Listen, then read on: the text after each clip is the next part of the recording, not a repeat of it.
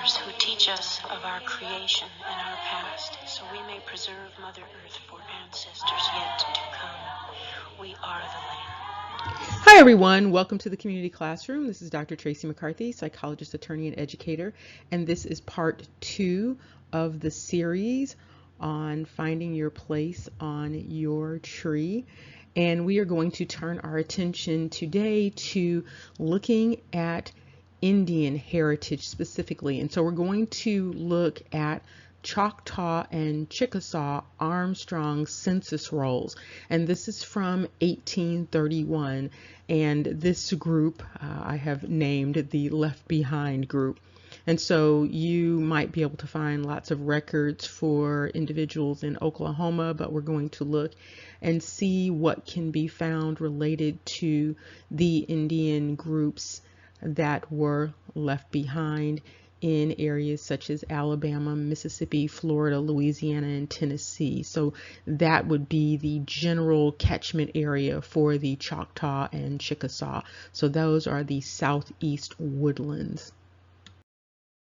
Years ago, and to the 150 million who were exterminated across the Western Hemisphere in the first 400 years' time. Okay, so what we are going to be focusing on, as we indicated, is the placement of the Indians on the tree, the humanity tree here. Okay, so one of the things that you might want to consider doing is keeping a journal. So you might want to grab one of those big journal art books, or you might get a lined journal. You can get them from an art store or an office supply store, Walmart, Kmart, Target. And you might want to look for paper that is acid free and use ink that's either permanent or semi-permanent. And if you get one without lines, you can of course do a lot of doodling in there, and you can also turn it into almost like a scrapbook, so you can add pictures and little notes and bios and things like that. But you are encouraged to reduce the information to writing. And so right now, what you might want to do, just as you're starting, is just get a piece of paper and pencil and jot down a couple of notes if you find something important that you want to remember for your own search. And another caveat is a reminder that the Chickasaw and the Choctaw are related to the Muskogee Creek and also the Seminoles. So those would be some of the closest heritage groups next to the Choctaw and Chickasaw. And so we said all that to say that there's a difficulty in terms of creating a dividing line, and sometimes groups will actually be subsumed under other groups. And so some people might think of the Choctaw and Chickasaw as being subsumed in other groups such as Muskogee.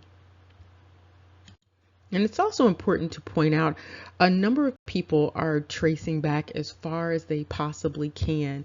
But in terms of establishing kinship and your place inside of an Indian tribe, an Indian nation, you pretty much just need to trace back to the nation. You don't necessarily have to trace back to the 1400s, before Columbus. It's helpful, but the important thing is that the tribe itself was actually here before Columbus, or whatever his name was, or before King James and the Negus showed up on the lands here. All right, and so let's get started with this. 400 years' time, starting in 1492. To those who have kept their homelands, and to the nations extinct due to mass slaughter, slavery, deportation, and disease unknown to them. All right, so now what we are looking at are the Choctaw and Chickasaw early census records. And this was compiled by Betty Wilshire, and we're looking at what are known as the Armstrong rolls. And so this is a census of the Choctaw, and this was made in 1831. And so some people might have a difficult time finding Indians on regular census records because there may not have been the designation by the census worker, and people were pretty much classified as either white or Negro or white or black on many census records, or mulatto. And so if you are looking specifically for Indian roll records, then it's important to actually look at the Indian rolls also. So most people think about the Baker and the Dawes roll, but there is also the Armstrong roll. And again, these are available at your library. They may not be available at your specific library, but they are available at some libraries. Now, if you start to trace your heritage, let's say through the computer, and you get to a point where you can trace back to a particular geographic location, Mississippi, Louisiana, Alabama, Florida, you can trace back, and you know that you have family that are still there. And even if you don't have family that are still there, you can actually go to the location and then do the research at the location, at that library in that area. And you might want to take along a few family members so that you can make the trip efficient if you have to go on a journey. By force or by choice, and for generations, no longer know who they are. To those who search and never find, to those that turn away the so-called non-accepted, to those that bring us. Now, what you see here are pages inside of the rolls, and there's a notation up top over on the right-hand side regarding the name Tawana, and we'll get into that. But let's quickly look at this. These are basically names of Indians who own farmland. And so you can see the number of acres that the individual has, the number of family members, males over 16, children under 10, and you can even see the location of the farmland. Often people will ask the question of, if people are Indian, why don't they still have Indian names? And you can see by looking at some of these names why it would be difficult to continue to maintain some of the names when English is the primary language that's spoken in the United States. And so when you have some of the names, it may be difficult for many people to hold on to those names just in terms of regular record keeping.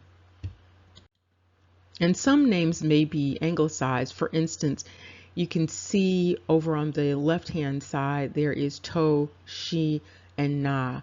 And so another way to say that might be Tashina. And so when you hear names like Tashina, or you hear names like Tawana, now Tawana actually is a Native American baby girl name. And sometimes people will say those names are ghetto or they're hood or things like that. That's because people don't understand where the names came from. And sometimes people may just be instinctively giving their children these names without understanding where the names came from, because it's just in their spirit to give those names. And then those names are often maligned in mainstream culture and often in what are considered African American communities.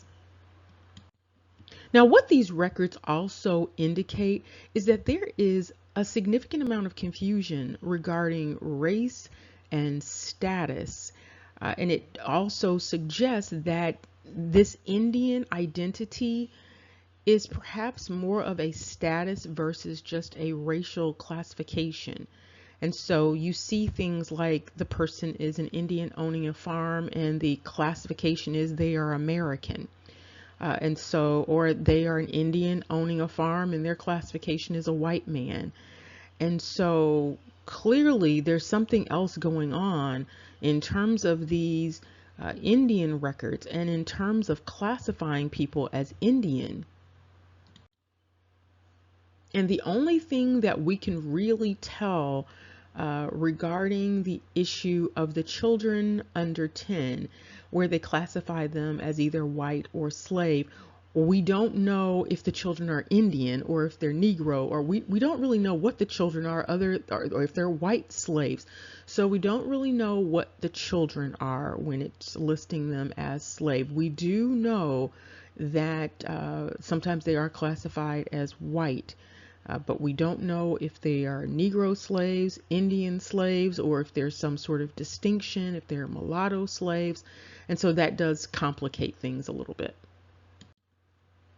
And one thing to note is that individuals with sort of English sounding names often tend to have the largest plots of land.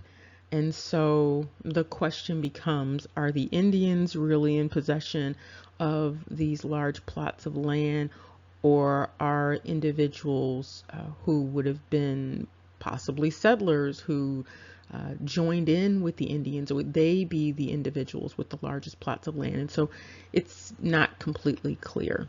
And so you can see that when you see Robert Folsom over on the left-hand side and Samuel McGee.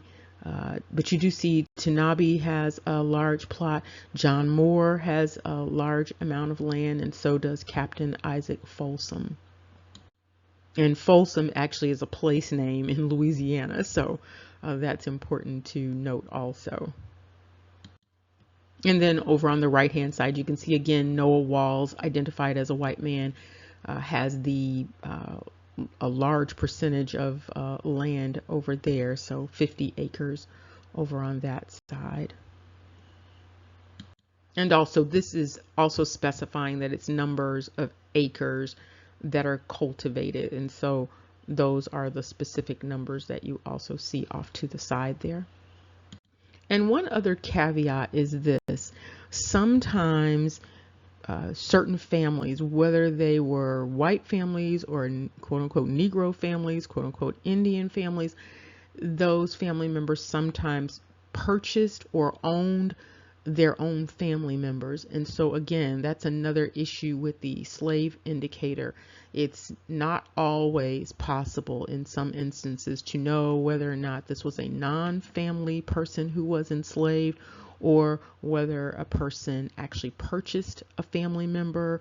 Sometimes you might have parents who actually have to purchase their children out of slavery, or a grandparent has to purchase grandchildren or children out of slavery, and so that might also be what is going on. So you have to dig a little deeper to find out the identity of those individuals who were enslaved. To those who left their communities by force and by choice, and for generations no longer know who they are. To those who search and never find. Now, what you have here, and it's slanted because these are coming from the actual books. This is not something online. So these are coming from the actual books, and some of the books are old and they don't lay down very neatly without damaging the book. And so some of them are a little slanted here.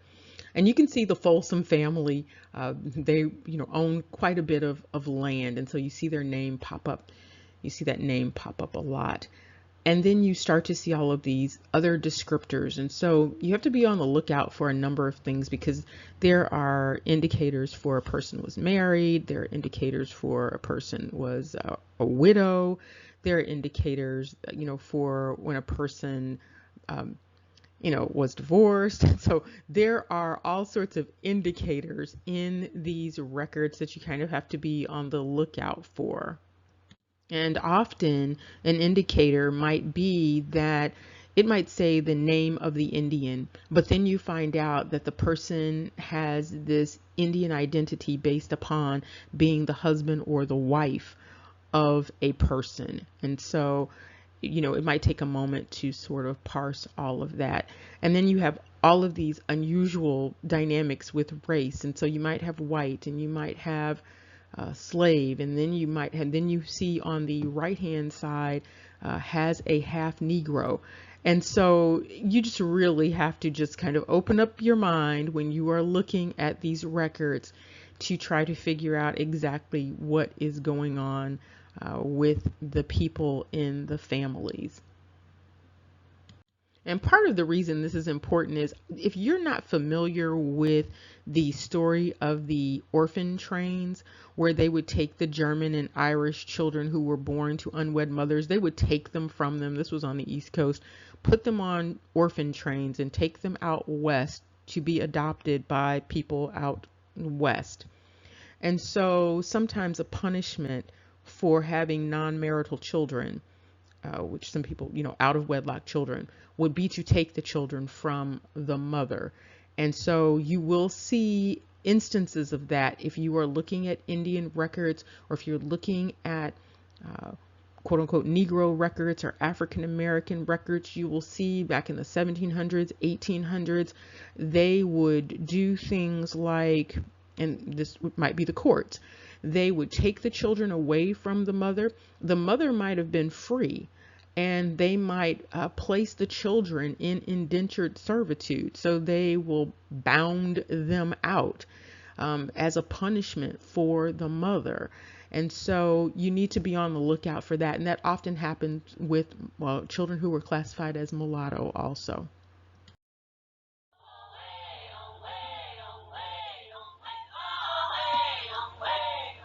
Now, what we're looking at here are the issues of family allotments and race and status.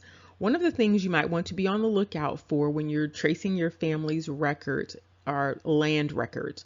And so one of the things you want to look out for in terms of Indian land records is this issue of family allotment.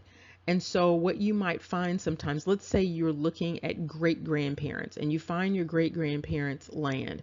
And what you also find is that all of the siblings of your great-grandparent, their land is right next to each other. So you have one sibling has 5 acres, another one has 10 acres, another one has 12 acres, but they are all situated right next to each other. And another indicator is that the land was acquired through the same instrument. They received it the same way from the same source. And sometimes that is an indicator that you are looking at Indian land.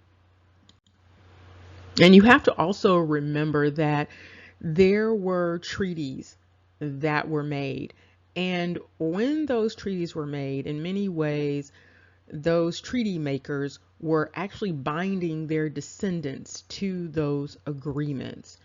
And so those things like land allotments and going on reservations and abdicating rights, some of those things were made by ancestors. And so sometimes you see these land allotments, and that may be an indicator that this was supposed to be some form of reparation. And so you see the Tom family with the 10 acres, 10 acres, 10 acres. Another interesting dynamic is this racial dynamic. So you have people classified as mulatto, half Indian, half Negro, a Negro man and an Indian wife. So it's very difficult. And you have a white man. It's very difficult sometimes to understand fully what is meant by some of these classifications, because a mulatto actually could be half Indian, half Negro. It could be Indian and white. So you've got a lot of different classifications going on here. And so don't be deterred when you see that. You just persevere, and it's because you just never know what the census taker was thinking, how they were classifying people. A Negro man could simply be a black man, and it could be a black man who's an Indian. It could, clearly you have a white man who's an Indian. So it can be very, very confusing. But what's really interesting is that you will tend to see white man as Indian just in and of himself. So that tells you right there that there was some interesting classification stuff going on back then. And the other thing to remember is when you have dynamics like this, what this is showing also is that there were individuals who were likely making these treaties that were really to benefit themselves, and they may not have always been full-fledged Indians. They could have been settlers who married in and then were speaking for the Indian population. And so clearly the Indians were going to get the short end of the stick with this type of dynamic. And this is a similar thing that has gone on in Africa.